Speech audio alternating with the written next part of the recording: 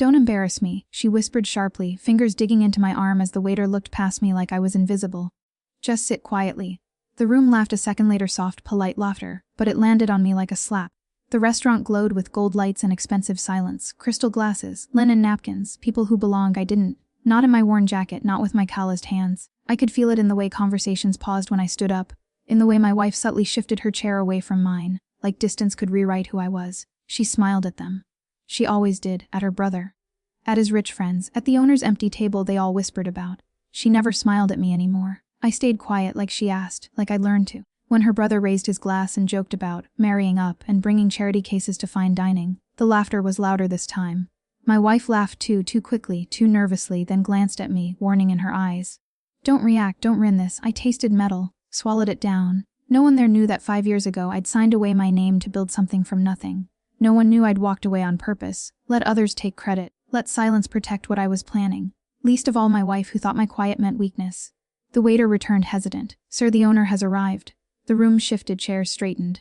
Voices softened. My wife's brother practically stood at attention. The owner was a ghost to them, power without a face. Someone who chose who rose and who disappeared. The footsteps stopped near our table, not her brother's, mine. "Excuse me," I said softly, standing. My wife grabbed my sleeve, panic flashing across her face. "What are you doing? Sit down, please, don't embarrass me." I gently removed her hand. The owner looked at me, eyes steady, sharp. A smile barely touched his lips. "About time," he said. "I was wondering when you'd stop hiding." The room went silent. Not polite silence, real silence. He turned to the table. "I see you've met my partner." My wife stared at him, then at me, then back at him, as if one of us would crack and explain the joke. "There must be a mistake," her brother said, laughing too loudly. "He's just the man who financed this place." The owner cut in calmly. "Designed the supply chain, negotiated the licenses, and walked away without his name on the door." I watched their faces change, confusion first, then fear. Then the slow horror of recognition. My wife's mouth opened, closed. Her eyes searched mine for help, for denial, for the old version of me who would soften the truth. I didn't give it to her. The owner gestured to the empty table everyone had been whispering about. "Your seat is ready." As I walked past, I heard the smallest sound, a breath catching, a quiet sob trying to stay hidden. I didn't turn around. Dinner tasted different from that seat. Not better, clearer. After, outside, my wife found me. Her voice shook. "Why didn't you tell me?" I looked at her the way I used to look at blueprints, carefully, without emotion. "You never asked," I said. "You were too busy making sure I didn't embarrass you." She reached for me. I stepped back. Revenge doesn't always scream. Sometimes it just stands up, tells the truth, and lets silence do the damage. I left her there under the fading lights, surrounded by people who suddenly didn't know where they stood anymore. And for the first time in years I felt light, not because I'd won, but because I no longer had to shrink to survive.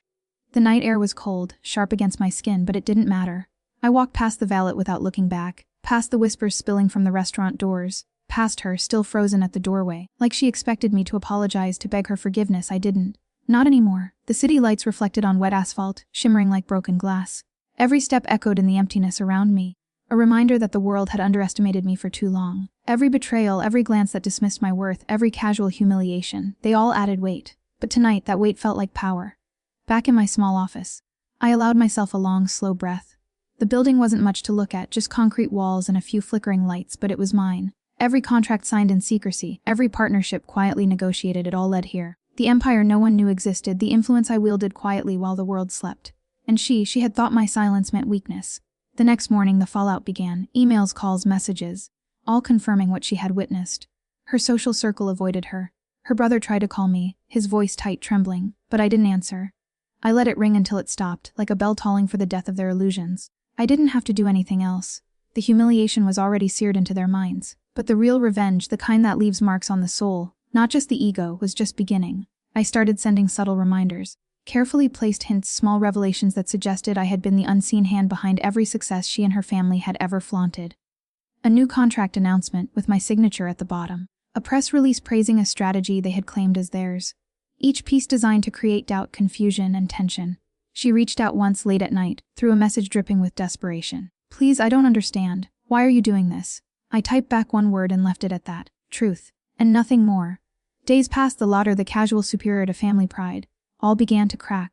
Her brother's business ventures stumbled without the silent guidance he had relied on, the kind only I had provided. Colleagues started whispering, questioning how someone so unremarkable could have been the real mastermind behind the successes they had celebrated. At home, the tension was unbearable for her. She thought walls could contain my power, that hiding behind appearances would shield her from the consequences. But I didn't strike with anger, I struck with precision like a surgeon. Cold, calculated, psychological. I watched as she tried to regain control. Dinner parties, family gatherings, public smiles. All carefully staged, all falling apart in subtle, almost invisible ways. A misremembered name here, a wrong address there, invitations ignored. Opportunities slipping through her fingers without her noticing, because no one saw the man behind the curtain, the man she had mocked. One evening she confronted me in my office. She was trembling, mascara running down her cheeks. Anger and fear tangled in her eyes. "Stop this," she shouted. "I will ruin you if you continue." I looked at her, my face calm, my voice quiet but firm. "You already did years ago. I just waited for the right time to show you what that cost me and you." She stumbled back, disbelief cracking the surface of her composure. I can't believe you." "I can," I said, "because I never needed your approval.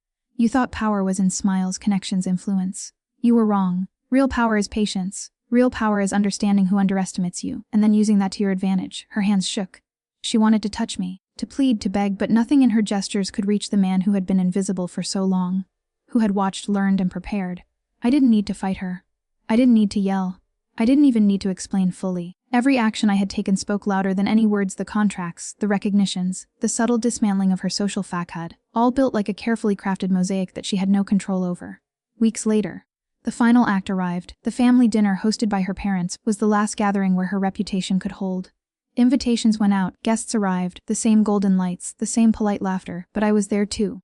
Invisible until the right moment, I didn't announce my arrival. I let her watch as her carefully constructed image slowly crumbled. Whispers began, questions floated. Did hell?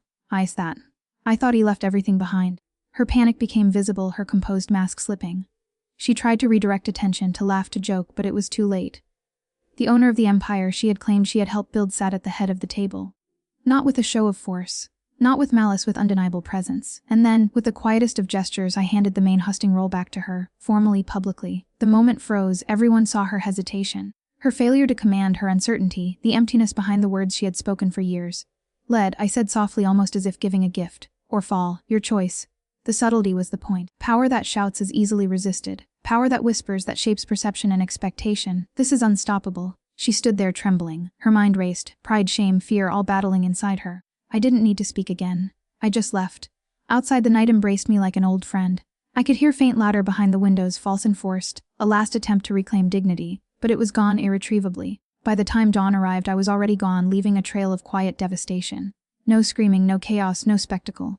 Just the truth laid bare in the harsh light of reality, and the knowledge that patience, intelligence, and restraint are more lethal than rage. Weeks turned to months. The empire flourished under my guidance, still unseen, still underestimated. She and her family moved cautiously, carefully, every word measured, every step calculated, haunted by the shadow of the man they had ignored. And in every quiet moment, I remembered the first night, the first humiliation, the first whispered, "Don't embarrass me." That had been the spark. Everything since, the patience, the planning, the cold, calculated revelation, was the fire. Revenge wasn't about satisfying anger. It wasn't about shouting, breaking, or humiliating in public spectacle. It was about balance, justice measured with precision, silence that cuts deeper than words. And finally, the lesson was clear: underestimate me once, and I will disappear. Underestimate me twice, and you will pay silently, completely, and forever. I never looked back. I didn't need to. The game was over, the board cleared, the pieces set just as I wanted.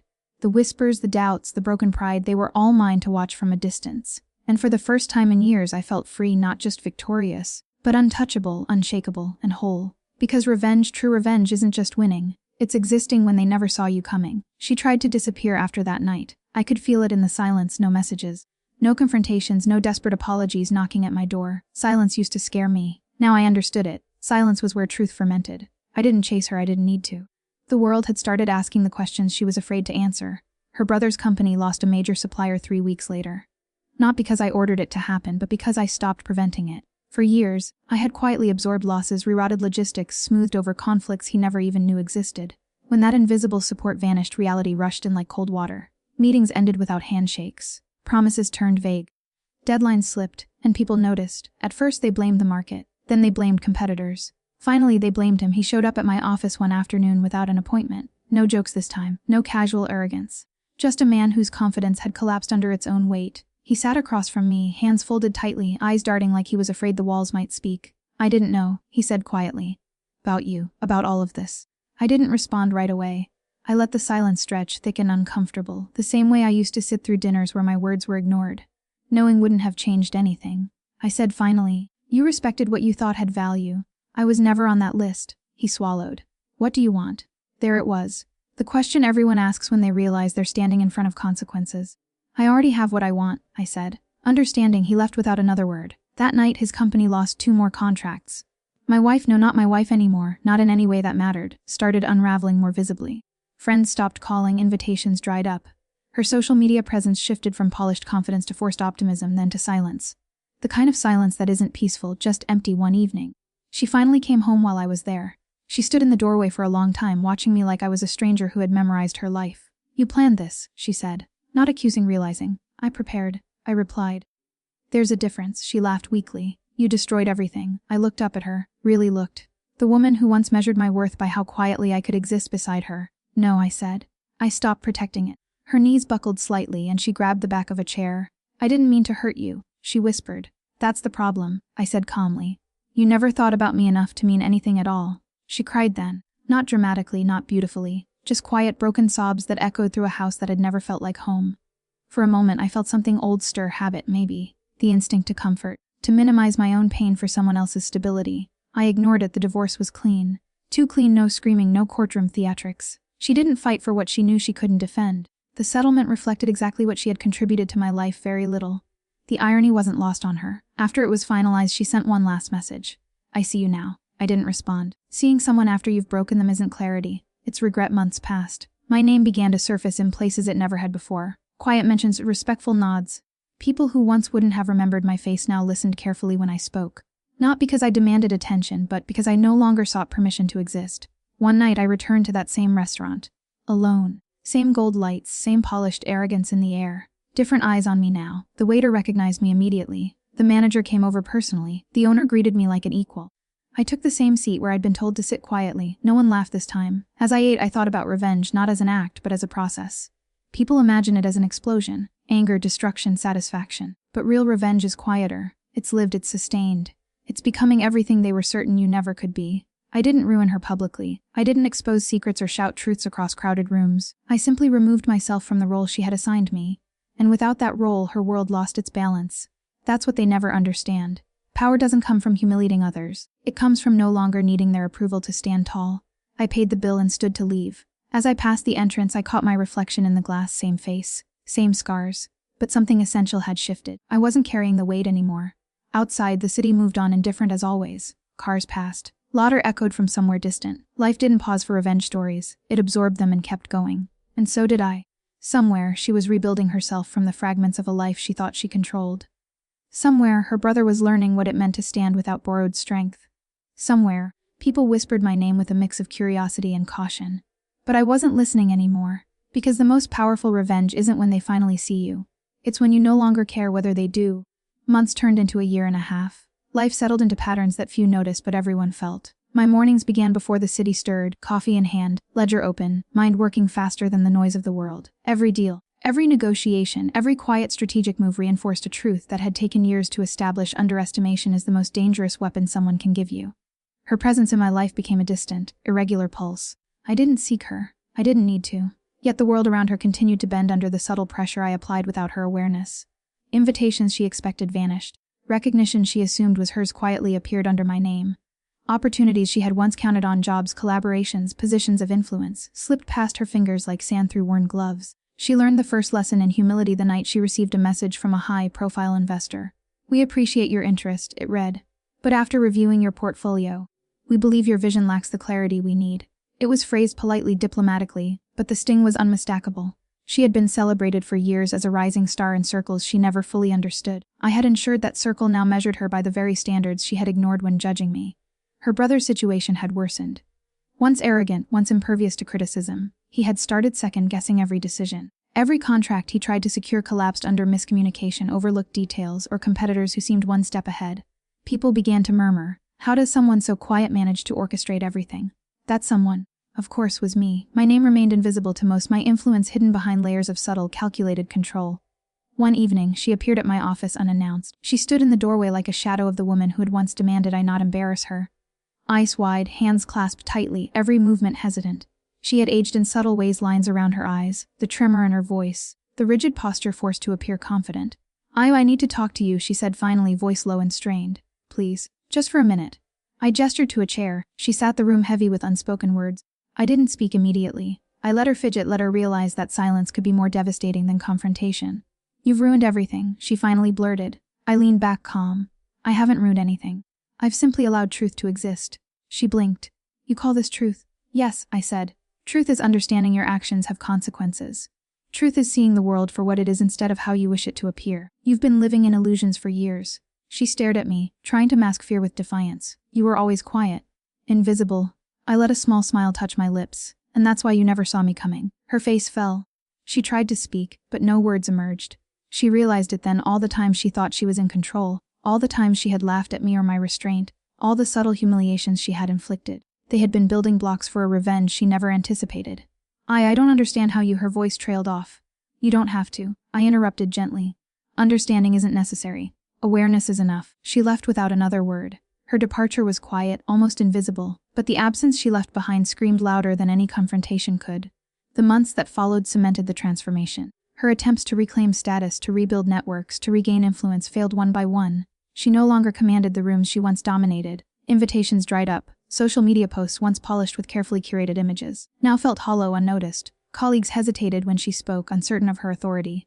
Each failure was deliberate, subtle, a reflection of decisions she had ignored years ago while mocking my presence. Meanwhile, I expanded my influence quietly. New ventures flourished under my guidance. People who had once laughed at me now sought my counsel. The difference wasn't just power, it was perception. I existed on multiple planes, visible to those who needed to see me, invisible to those I had already taught to underestimate me. One night, standing on my balcony overlooking the city, I thought back to that first evening at the restaurant, the whispered command. I remembered the laughter, the polite sneers, the way my wife had distanced herself as if my presence could be contained. I allowed a faint smile. The memory no longer hurt, it had become a lesson, a foundation upon which everything else was built. I realized then the true nature of revenge. It isn't destruction, it isn't chaos, it's transformation, it's the slow, deliberate reshaping of reality until those who wronged you are forced to confront the consequences of their underestimation, not with violence or spectacle, but with clarity and inevitability. In the following year, I orchestrated a final subtle act, a conference that promised to spotlight innovation and leadership in our industry. I attended not as a guest but as a keynote speaker. Her invitation had arrived weeks earlier. She had assumed it would provide an opportunity to reclaim relevance. The stage was grand, lights illuminating the hall like dawn breaking over polished ambition. She was seated near the front, trying to appear composed, trying to convince herself and everyone around her that she still mattered. When I took the podium, the room shifted. My presence didn't shout, it resonated. Titles were mentioned, achievements listed, influence acknowledged. People listened. Silence followed each statement, the kind of silence that makes you reconsider assumptions. She watched every word, every acknowledgement, her mind racing to understand how someone she had dismissed could now define the terms of visibility and respect in a room she had thought belonged to her. After the keynote, as I stepped down, she approached me. Tentatively. Carefully, fear, regret, and awe mingled in her expression. I see you now, she whispered. I studied her. Not as a husband, not as an adversary, just as someone who had once assumed power was loud and visible. Seeing is not understanding, I said softly. Her shoulders sagged, she realized the depth of her miscalculation. Recognition came too late and I had already moved past needing it. Weeks later, I walked through the city streets at night. Lights flickered against wet asphalt. Life moved around me, indifferent, unstoppable. I felt light, free, untouchable. The last vestiges of humiliation, betrayal, and injustice had been transformed into clarity, influence, and peace. Revenge had been served, not as spectacle, not as chaos, but as inevitability. Those who had underestimated me now understood silently what it meant to misjudge someone who had spent years quietly preparing for the moment of truth. And I finally allowed myself to exhale. Because real revenge doesn't scream. It doesn't demand attention, it exists. It changes the landscape of the world without a single person realizing it until they are already standing in its shadow. I walked on, the city breathed around me, the lights shimmered, and for the first time, I truly felt the weight of the past lifted, replaced not by victory over others, but by the certainty that I had become exactly who I was meant to be, unseen, underestimated, untouchable, and unstoppable. Years have a way of deciding what truly mattered and what was only noise. By the time the second anniversary of the divorce passed, my name had settled into places it had never been meant to shout from: boardrooms, contracts, quiet acknowledgments between people who understood leverage. I didn't chase visibility anymore. Visibility chased me cautiously. Her name, on the other hand, began to fade, not erased, just less necessary. I heard about her final unraveling the way most truths arrive, indirectly, casually, almost cruel in their simplicity. A former colleague mentioned she'd been let go from a consulting role she'd fought hard to secure. She's capable, he'd said, shrugging. But people don't trust her instincts anymore. She hesitates. Hesitation is expensive in a world that rewards certainty. The last time I saw her was unplanned. It was late evening, rain turning the streets into mirrors. I'd stepped into a small cafe near my office, nothing elegant, nothing symbolic, just quiet. She was already there, sitting by the window, hands wrapped around a cup she wasn't drinking from. For a moment, neither of us moved. No tension, no fear, just recognition. You look different, she said. So do you, I replied honestly. She gestured to the chair across from her. I sat. The silence between us wasn't heavy anymore. It was clean-earned. I thought power meant being seen, she said after a while, being admired, being chosen. And now, I ask. Now I think power is knowing who you are when no one's watching. She gave a sad smile. I never knew who you were because I never bothered to look. I didn't respond immediately. Not because I was searching for words. I didn't destroy your life, I said finally. I just stopped protecting it. She nodded slowly, like someone accepting a verdict they'd known was coming. I used you, she said. Your silence. Your patience. I thought they were weaknesses. They were. For a while. Rain streaked down the glass beside her. Do you hate me? I thought about it, carefully. No, I said. Hate would mean you still matter in that way. That hurt her more than anger ever could. I could see it in the way her breath caught, not dramatically, just a quiet fracture. I hope you find peace, she said. I already have, I replied. When I left, I didn't look back. I didn't need to. Closure doesn't always come with final words. Sometimes it arrives when nothing is left to say. Months later, my empire reached a point where expansion was no longer about growth, but about choice. I declined projects that didn't align with who I'd become. I invested in people who reminded me of myself, not the ambitious ones, but the underestimated ones, the overlooked builders. Watching them rise was better than any revenge fantasy I'd ever imagined.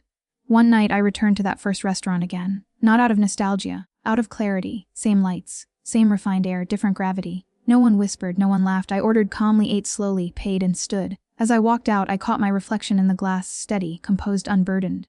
I thought about the man I'd been that night, the man who swallowed humiliation to keep the peace, the man who believed love required shrinking. He wasn't weak, he was unfinished.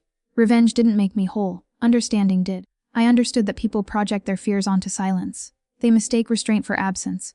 They assume value must announce itself to exist. I never needed to prove anything. I only needed to stop disappearing somewhere. She would continue rebuilding, carrying the quiet lesson she'd learned too late. Somewhere, her brother would always wonder how things fell apart so quickly. Somewhere, people would remember my rise and misremember my beginning. And that was fine, because the truth no longer needed witnesses. The last thought that crossed my mind before the city swallowed me again was simple, almost gentle. The moment you stop trying to be seen by those who diminish you is the moment you become impossible to ignore. And with that, the past finally lost its voice. I walked forward, no anger, no pride, no need for applause. Just freedom.